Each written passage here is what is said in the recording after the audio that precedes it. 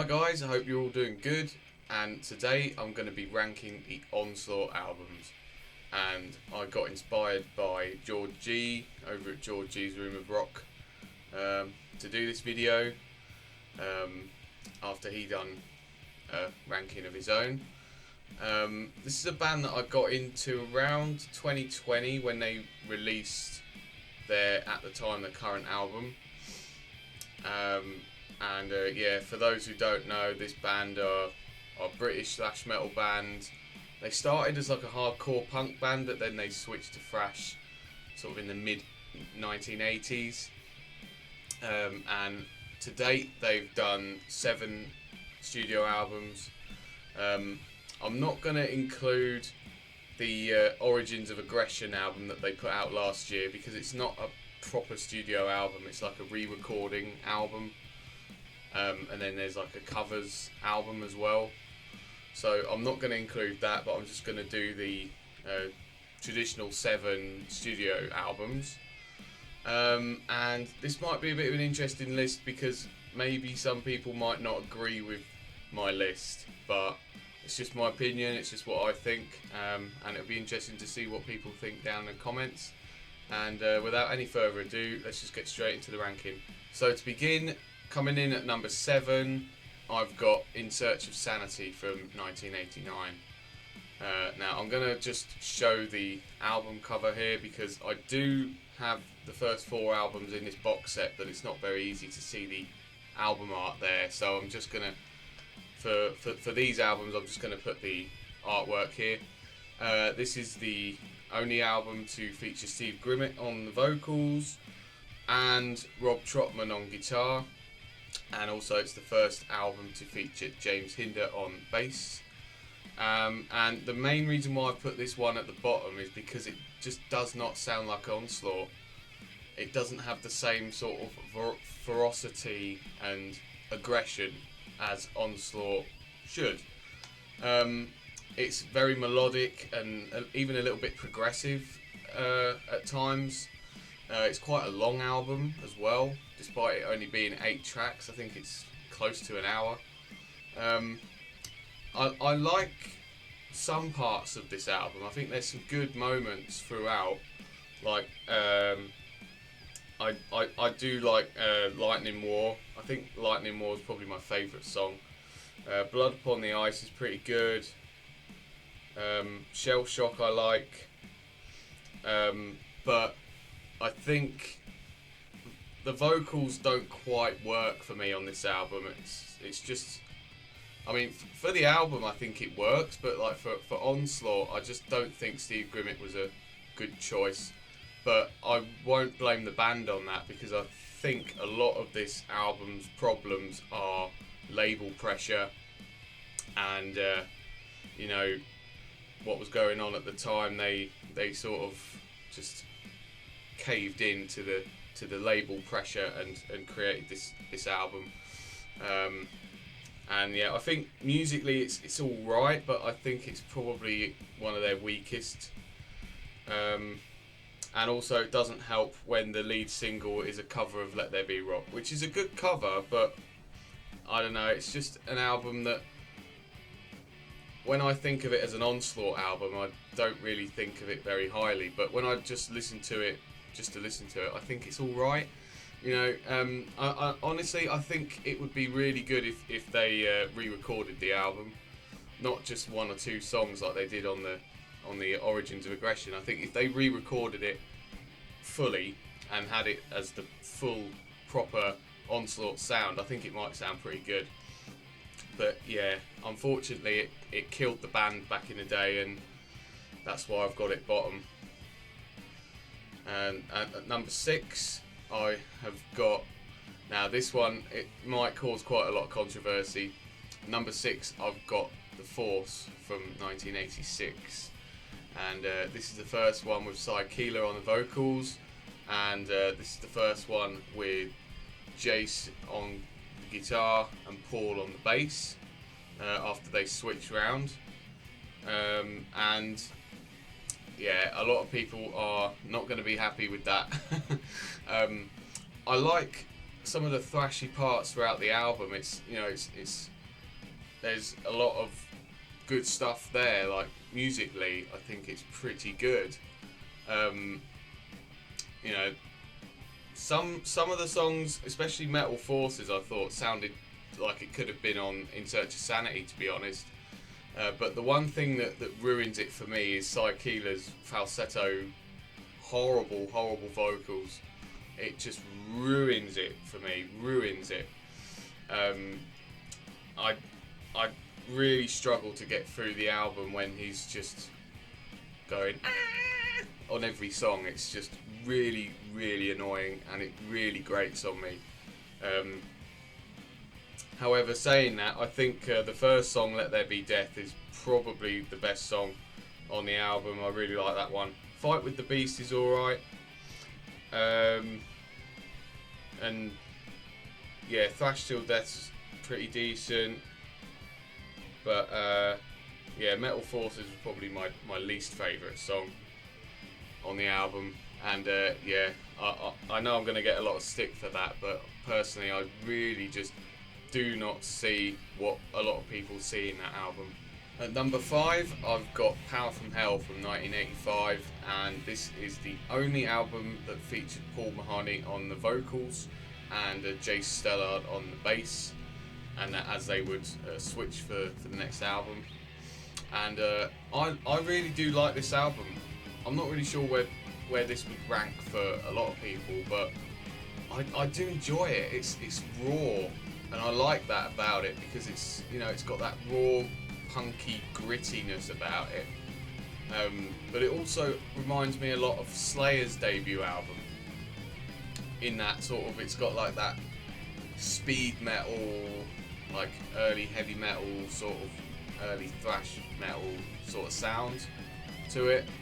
I like that. I liked the vocals as well. I thought the vocals fit a lot better for the music, because it was more raw and more gritty, and wasn't obviously as crazy as the vocalists that they had on the forthcoming albums. But I think for the music, I think it was pretty good. And you know, maybe not like the most like musically solid album, but I still think it's quite an enjoyable one. And I like the first song, Power From Hell.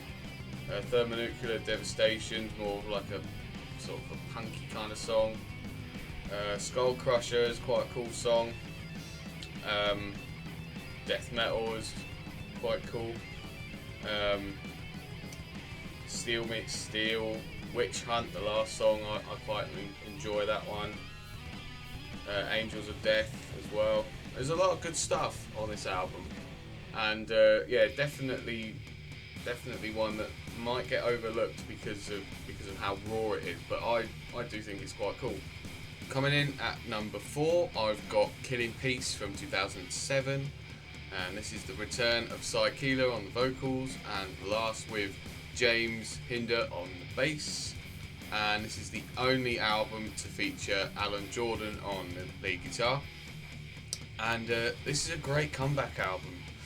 I mean, at this point it had been 18 years since they last did an album, and they came back with a vengeance really on this album. They definitely show what they would go on to do after this, because they brought up the intensity, the heaviness, compared to the previous album, and obviously the production and everything's a little bit more up to date, and yeah, I think it's a really good album, really good comeback album. There's some nice fast heavy riffs at times, some really nice solos put in there. Vocally, okay, it's not my favourite. Sykila's not my favourite vocalist of theirs, but I do think it's a pretty good album, and I do enjoy it, and I do think that they went on to do better after this. Their later stuff is better than their early stuff. Just to name a couple of tracks for you, the opening track, Burns, really good. Killing Peace, the title track's good. I like Prayer for the Dead, I think that's a pretty good song. Tested to Destruction, Twisted Jesus. The last song, Shock and Awe, has got some really cool, fast, heavy thrashing stuff. So yeah, overall pretty good album. Breaking into the top 3 now, and in 3rd place I've got Sounds of Violence from 2011, and this is the first album to feature Jeff Williams on the bass and Andy Rosser Davis on guitar, and this is also the last album to have Steve Grice on the drums, who'd been on every album up to this point. And yeah, overall I think this is quite an overlooked, underrated album. It obviously continues on from the previous album, and I think this is where they just start to get into the groove of improving and making some really awesome stuff. I think from start to finish, this album is really good. There's some great riffs and solos throughout. Some of my favourite tracks are Born for War, The Sound of Violence, Code Black, Hatebox, Antitheist, Suicidology is really good, the last track. Even the bonus track, Bomber, the cover of the Motorhead song, is pretty cool. And yeah, some good vocals. I actually quite like Psycheda's vocals on this album. And there's a picture of the band there in the back. And yeah, some just really fast, heavy stuff. Great production. Really nice sounding guitar solos throughout. And yeah, I think it's an album that may get a little bit overlooked. Maybe because it's a little bit lengthy, but I still enjoy it. I still think it's pretty good. And that's my number 3. Now coming in at number 2, I've got Six, their 6th album from 2013, and this is the last one to feature Psychela on the vocals after he left, and now he's obviously back in the band now. And the last one with Andy Rosser Davis on guitar. The only album with Michael Hurahan on the drums, and yeah, I just think that like after the last album, this is where they really start getting into the groove of writing their best material, honestly.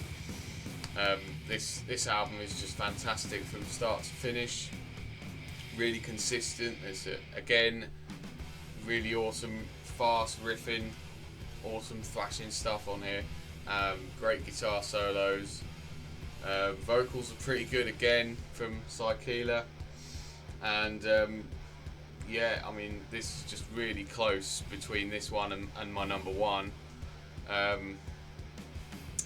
Yeah, I really love the first song, Chaos is My King, Fuel for My Fire, Slaughter Eyes, 666 is a pretty cool song. Crucifixion, that's probably one of my favourite songs. It's got a wicked groove in that song, sort of Lamb of God-ish a little bit. And then the last song, Enemy of My Enemy, another great one. And yeah, this album is absolutely brilliant, almost perfect, and really close between that and my number 1, which I'm sure a lot of people will know if they know the band, is Generation Antichrist from 2020.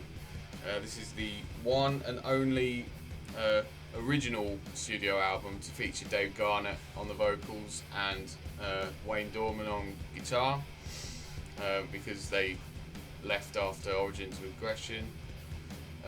And also this is the first one to feature James Perry on the drums, and I mean, you could say it's a potential bias here because this was my first album by them, but honestly this album set the bar so high that I had to go and check out and buy the rest of their discography essentially because of this album, because I literally thought this was unbelievable when I heard it the first time.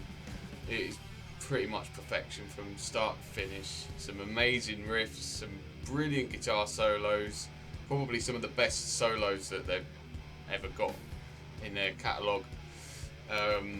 And Dave Garnett is my favourite Onslaught vocalist. I just think he's great. He's got that aggression, and yeah, he's just got a really good tone in his voice that just suits this band. And it's a shame that he's not in the band anymore.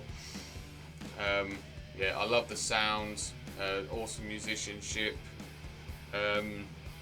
Some of my favourite songs: Strike Fast, Strike Hard, Bow Down to the Clowns, awesome. Generation Antichrist, Addicted to the Smell of Death is awesome.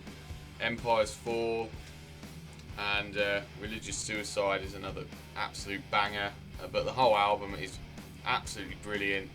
Just under 40 minutes of just awesome thrash metal, just absolutely ripping, and definitely probably will always be my number one. So that was my Onslaught ranking. I'd love to know what you thought of my list and how controversial it was.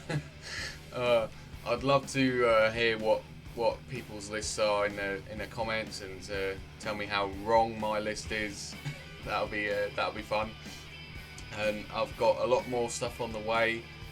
I've got some CD updates, a few more rankings. Death Angel is going to be the next ranking that I'll do, weather permitting, because this video has been a bit of a struggle because it's been quite hot today, but I've struggled on and carried on because I wanted to get this video out and get it done. Yeah, definitely go and check out George's ranking video. I'll leave a link to his channel in the description, so you can go check it out. And yeah, if you got this far, thanks so much for watching, and until the next time, keep it metal.